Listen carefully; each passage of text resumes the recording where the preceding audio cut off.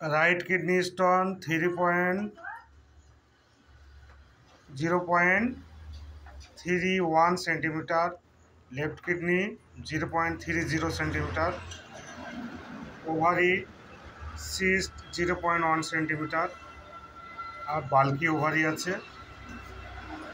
পেশেন্টটা নুনচা প্রিয়, রাগ খুব বেশি, সেন্টিমেন্ট খুব বেশি, কেউ কিছু কথা বললে খারাপ লাগে। আচ্ছা, আর মাথায় এরকম পানি দিলে তোমাকে আরাম লাগে? পানি ঢালে আরাম লাগে, ঠিক আছে। আর একটুকু নুনচা জাতীয় তোমাকে জিনিস ভালো লাগে মিষ্টি থেকে, তাই তো? দুধ সহ্য হয় না, গ্যাস হয়? দুধ খায় না। সাদা স্রাপ হয়? সাদা স্রাপ হয়? লিউকোরিয়া হয়?